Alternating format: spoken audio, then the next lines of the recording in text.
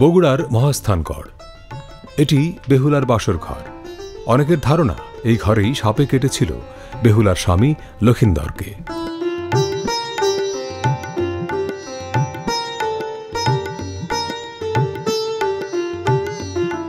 পুরাণের গল্প অনুযায়ী চাঁদ সওদাগরের পুত্র ছিলেন লখিন্দর। চাঁদ সওদাগর যদি মনসা পূজা দেন তবে ত্রিলোকে মনসার পূজা প্রচলিত হবে। তবে পুরোপুরি মনসা বিদ্বেষী ছিলেন চাঁদ সওদাগর।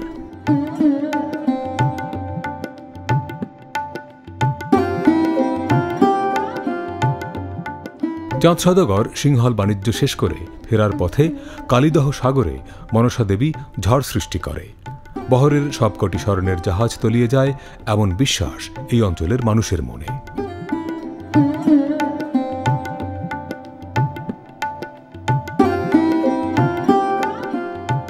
চাঁদ সওদাগর 7টা নৌকা নিয়ে বাণিজ্য করত। পদ্মা ওই কইছিল আমার পূজা করো, তো চাঁদ সওদাগর কাজে না আমি পূজা করবো না। তো করছে তোমার বংশ আমি ধ্বংস করে তোমার আমাকে যদি পূজা না করো। তো করছে ঠিক আছে আমি পূজা করবো না। এরকম করতে করতে আর 7টা স্বর্ণের নৌকায় সমুদ্রে ডুবে ফেলাইছে। তারপরে আমি পূজা করিনি। তারপরে তখন এই বাসর ঘর বানাইছে।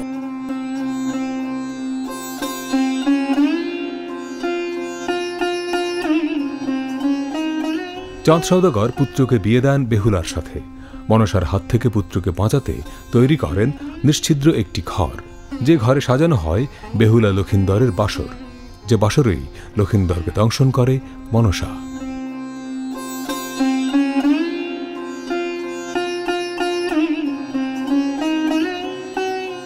সতী নারী তো আর পতি মরে না।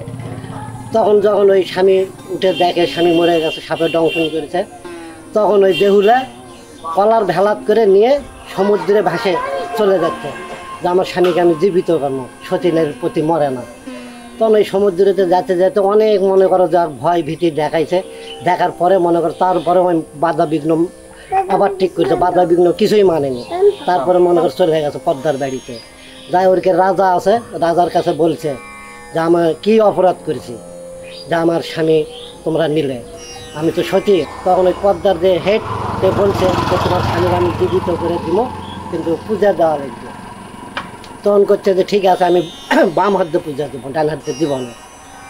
তখন ওই বাম হাতে পূজা দিয়েছে, তখন ওর স্বামী জীবিত করে দিছে।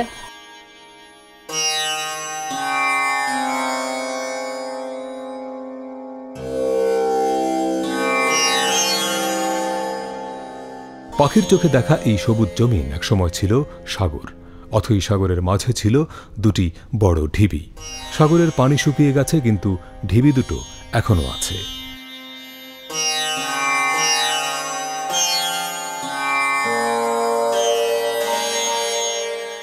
এই দুই ঢিবিলে বিষয় আমরা গল্প শুনি যে এটা হলো বিষ পতন করে কয়, ওটা হলো পদ্মার বাড়ি করে কয়। ওগুলো আমরা আবাদ পাতি করি, হয়তো কোদাল থেকে চোট মোট দিয়ে কাটতে যায়, ওগুলো ভয়ে থেকে কাটেও না থাকতে। ওখানে বিষ মত ওটা পদ্মার বাড়ি, এখানে বিষ মত নয়। এখানে সাপ ফুটে গেছিলো আগে, বলে আগে গায়ে মিলি, কিন্তু এখনও বিষ মতন জায়গাটা সাপ এখনও বার হয়। বাসর ঘর ছিল আগে, আমরা অবজাটা আগ মিলছে শুনিচ্ছি, এখনও তাই এখনও আছে। গাছ গাছলি কাটা বন্ধ, মেলা সমস্যা। এটি গাছ উপর থেকে কাটে নেওয়া লাগে। ওটা রোজার বাড়ি, ওটা ওটার বাড়ি, বেহুলা বাসর রোজার বাড়ি। ওর থেকে সাপের মাটি নিয়ে যায়, তুমি যেটি ইচ্ছে সেটি দাও। ঘরের 3 কানি দেবে, 1 কানি ফাঁকা থুয়ে, তোমার ধার দিয়ে সাপ আসবি না, ঘরের ধার দিয়ে সাপ এসে করবি না, বুঝছা? লাখে লাখে মানুষ আসে আসে দেখে মাটি নিয়ে যাচ্ছে।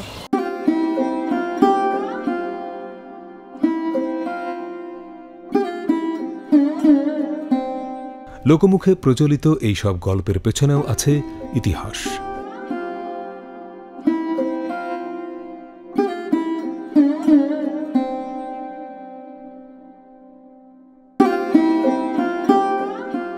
এই স্থাপনার আসলে ঐতিহাসিক যে পরিভাষা যদি বলি, প্রত্নতাত্ত্বিক পরিভাষায়, সেটি এর নাম গোকুল মেদ। আর এটা আসলে প্রকৃতপক্ষে কি ছিল, এটা এই গোকুল মেদ এটা আসলে একটা বৌদ্ধ সমাধি ক্ষেত্র, মানে বৌদ্ধ গুরুর সমাধি ক্ষেত্র। তো এই বৌদ্ধ স্থাপনা বা বৌদ্ধ একটি সমাধিক্ষেত্র অথবা গোকুল মেদ কেমন করে এটা বেহুলার বাসরঘর হলো, বিষয়টা খুবই ইন্টারেস্টিং। যে আসলে এইটা যদি বাংলাদেশে একটা মাত্র বেহুলার বাসরঘর হতো তাহলে ইতিহাসটা অন্যরকম হতো। কারণ বাংলাদেশে আমরা দেখতে পাই বাংলাদেশ এবং পশ্চিম বাংলা মিলে প্রায় 350-র অধিক বেহুলা সংক্রান্ত স্থান নাম রয়েছে। তো এই দুই বাংলায় এত বেহুলা সংক্রান্ত স্থান নাম কেন? এর কারণ হলো যে ত্রয়োদশ শতকে যখন এই অঞ্চলে ইসলাম ধর্মের বিকাশ ঘটে, বিশেষ করে রাজনৈতিকভাবে ইসলামের প্রসার ঘটে বা সুবিতাত্ত্বিকভাবে যেভাবেই বলি না কেন, ইসলামের যখন প্রসার ঘটে তখন হিন্দু ধর্ম খুব সংকটে পড়েছিল। এই সংকটে থেকেই 14 শতকে এবং 15 শতকে একের পর এক মনসামঙ্গল কাব্য, চণ্ডীমঙ্গল কাব্য, কালিকামঙ্গল, অন্নদামঙ্গল এই সমস্ত কাব্যের বিকাশ ঘটে। তো বাংলাদেশের যেখানেই মনসামঙ্গল কাব্যের বিকাশ ঘটেছে এবং যেখানে তার প্রসার ঘটেছে সেই জায়গাগুলোতেই এই বেহুলা সংক্রান্ত স্থান নামের উৎপত্তি হয়েছে।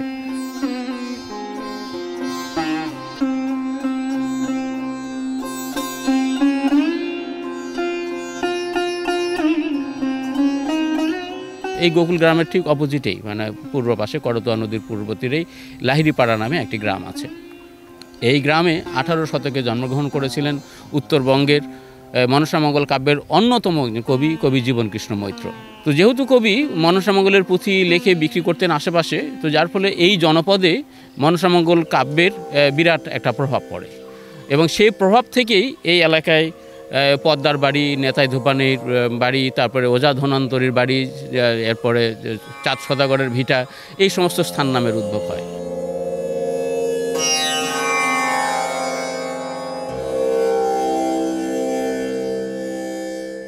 পরবর্তীতে 1930-এর দশকে যখন 1936-35-36-এ যখন এইটির খনন করা হলো, খনন করে যখন উপরের একটি গর্ত খুঁজে পাওয়া যায়, এই গর্তকে কেন্দ্র করে সাধারণ মানুষের মধ্যে তখন যেহেতু আশেপাশে বেহুলা সংক্রান্ত কিছু স্থান নাম আছে এবং একটা গর্ত পাওয়া গেছে, খন্দক পাওয়া গেছে, তো সাধারণ মানুষের ভিতরে তখন এই ধরনের একটি বোধ কাজ করেছে যে এটাই তাহলে বেহুলার বাসরঘর। কারণ তখন 1935-36-এর আগে বেহুলার বাসরঘর নামে কোনো স্থান নাম পাওয়া যাচ্ছে না। তার মানে 1935-এর পরে যখন এখানে খনন কাজ করা হলো 35-36-এ, তারপর থেকেই বেহুলা বাসরঘর সংক্রান্ত এই স্থান নামটা চারদিকে খুব দ্রুত গতিতে ছড়িয়ে পড়ে।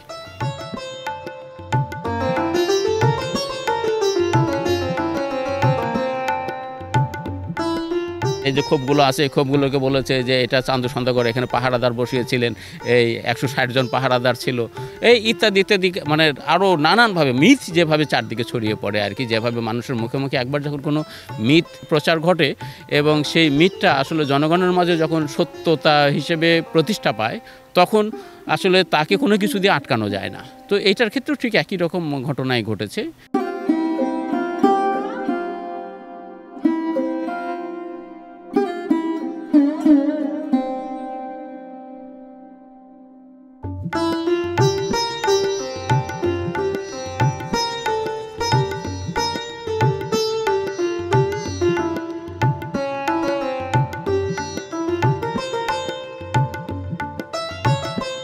প্রত্নতাত্ত্বিক খননকালে গোকুল মেদ থেকে 1 কিলোমিটার দক্ষিণে একটি পুরনো কূপ পাওয়া যায়। এটি জিয়ত কুণ্ড বা জিয়ত কূপ নামে পরিচিত। অনেকের বিশ্বাস মৃত মানুষকে এই কূপের পানি পান করালে সে জীবিত হয়ে উঠত।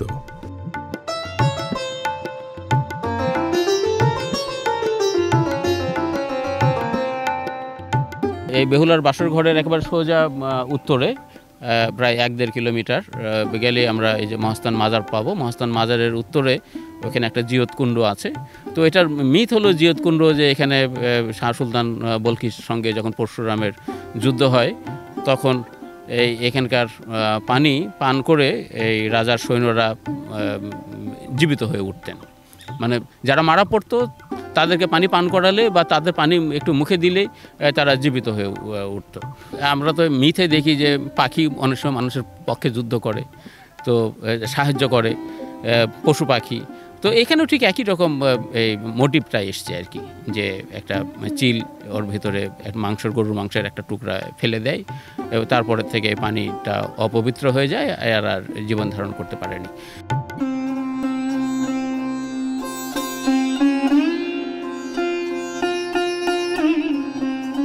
আসলে মূল বিষয়টা হলো যে আসলে যেহেতু ওইটা রাজপ্রাসাদ ছিল এবং ওই যে জিয়তকুণ্ডের কথা বলা হচ্ছে এটা অনলি 18 শতকে নির্মিত। এইটার বয়স ওরকম হাজার হাজার বছর না, 18 শতকে। এবং 18 শতকে ওইখানে বেশ কয়েকটা স্থাপনা নির্মাণ করা হয়েছে এবং এটা মজনু ফকিরের ঘাঁটি ছিল। তো সম্ভবত ওই সময়েই ওই কূপটা নির্মাণ করা হয়। আর কূপ নির্মাণ করতে গেলে যেহেতু তখন টিউবওয়েলের বিষয়টা ছিল না বা অন্যভাবে পানি সংগ্রহের সুযোগ ছিল না, তো মানুষ ওখান থেকে পানি পান করবে, এটা স্বাভাবিক। আর যুদ্ধের সময় মানুষের মুমূর্ষু অবস্থা থাকে, তো সেই সময় এক ফোঁটা পানি খেলে তো মানুষ এমনি প্রাণ ফিরে পাবে। তো সেটাই আসলে মিথ হয়ে গেছে। তো বিষয়টা এইরকম ছিল আর কি।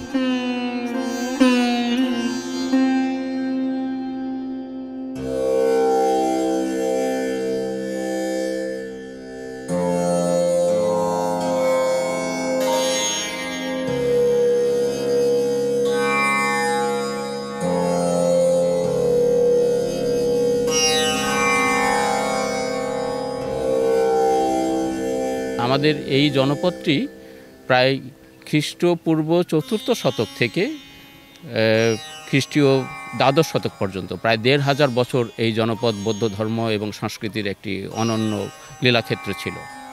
তো আমরা গত 800 বছরের যদি ইতিহাস দেখি, তো সেই 800 বছরে দেখা যাচ্ছে এই জনপদে ইসলাম ধর্মের যে প্রচার ঘটেছে ত্রয়োদশ শতক থেকে, সেটাই একটা বিরাট প্রভাব পড়েছে।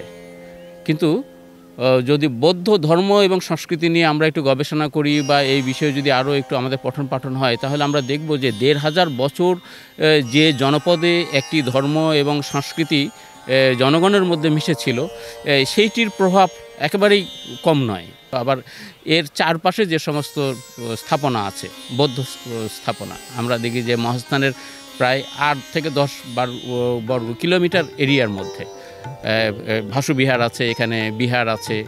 এছাড়াও আরও অসংখ্য প্রত্নতাত্ত্বিকরা এখানে 136টি প্রত্নতাত্ত্বিক স্থাপনা চিহ্নিত করেছেন। তো এর মধ্যে 10 থেকে 12টি প্রত্নস্থাপনা সরাসরি বৌদ্ধ ধর্ম এবং সংস্কৃতির সঙ্গে যুক্ত, যেগুলোতে যেমন বিহার এবং ভাসু বিহারে এটা একেবারে বৌদ্ধ পাঠশালা ছিল, এবং ছোটোখাটো পাঠশালা না, একেবারে মোটামুটি কলেজ পর্যায়ের, এখনকার দিনের যদি আমরা কলেজ বলি, সেই কলেজ পর্যায়ের একটা শিক্ষায়তন ছিল এটা। আর পাহাড়পুর ছিল বিশ্ববিদ্যালয় পর্যায়ের শিক্ষায়তন। তো সেই শিক্ষায়তনকে কেন্দ্র করে বৌদ্ধ ধর্ম এবং সংস্কৃতির একটি বিরাট প্রভাব পড়েছিল এই জনপদে। আর এইখানে যারা উচ্চ পর্যায়ের গুরু বৌদ্ধ ধর্মের, তাদেরকে এইখানে সমাধি দেওয়া হয়েছে।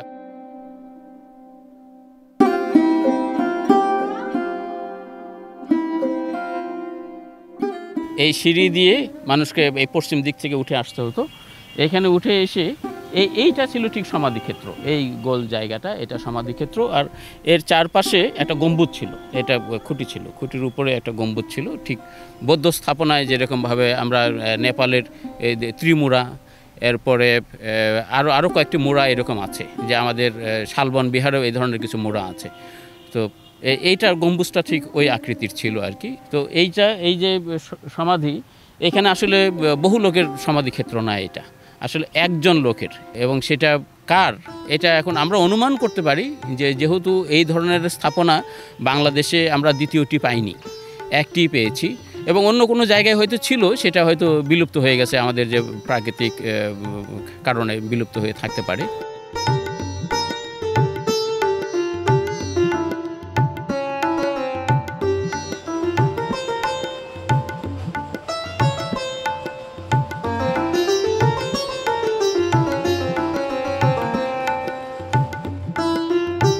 বগুড়ার মহাস্থানগড়ে প্রাচীন এই স্থাপনা দেখার জন্য এখনও অনেকে আসেন।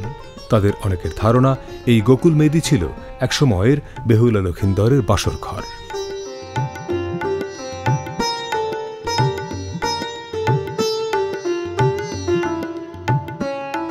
আগে যে আমি ইউটিউবে বা ফেসবুকের মাধ্যমে দেখছি, তার থেকে যে আজকে যে সরাসরি আমি এই যে এখানে অবস্থান করতেছি, খুব ভালো লাগতেছে।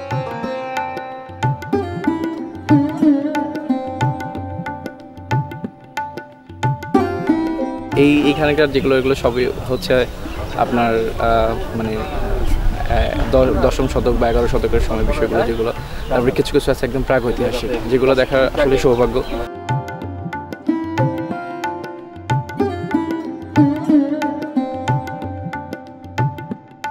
ছোটোবেলা হইতে আমরা তো শুনছি, ছবিতে দেখছি যে বেহুলা লক্ষিন্দারের স্টোরি সব কিছু। বাস্তবে আমরা জালকাঠি থেকে আসছি একটু ঘুরতে, এই ঘোরার পথে আমরা এই বাস্তবে দেখে গেলাম।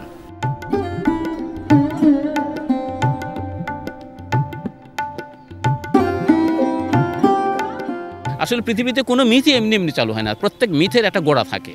তো আমাদের এই অঞ্চলে যে বেহুলার বাসর ঘর, তারও একটা গোড়া আছে। সেই গোড়াটা বললাম যে কবি জীবনকৃষ্ণ মৈত্র। তার জন্ম যদি আবার এই অঞ্চলে না হতো, তাহলে এটা বেহুলার বাসর ঘর হতো না। ওখানে আমরা উজানিনগর পেতাম না, চান্দু সদাগরের ভিটা পেতাম না, পদ্মার বাড়ি বা কালীদহ সাগর, এই যে স্থান নামগুলো, এইগুলো আমরা কিছুই পেতাম না। কবি জীবন মৈত্র এই এলাকায় জন্মগ্রহণ করেছিলেন বলেই, এবং মজার বিষয় হলো যে তার একটা পুঁথি পদ্মা পুরাণ এখন পর্যন্ত আমাদের বাংলাদেশে মানে বগুড়ায় উডবার্ন পাবলিক লাইব্রেরিতে এখনও রয়ে গেছে তার একটা অনুলিপি। আর একটা পাণ্ডুলিপি আছে কলকাতা বিশ্ববিদ্যালয়ে। এই দুটো পাণ্ডুলিপি আমরা এখন পর্যন্ত পেয়েছি। আর বাংলা একাডেমিতে তার অংশ বিশেষ কিছু আছে আর কি।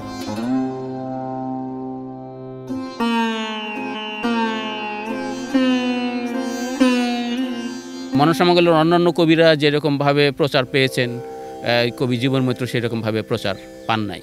কিন্তু এই অঞ্চলের মানুষের মুখে মুখে তিনি রয়ে গেছেন। কিন্তু বেহুলার কাহিনী এই এলাকার মানুষ বলেন, সেটা যে জীবন মৈত্রের কাহিনী, এটা এই এলাকার মানুষও জানে না। কিন্তু জীবন মৈত্র এইরকমভাবে অদৃশ্যভাবে আমাদের মাঝে রয়ে গেছেন।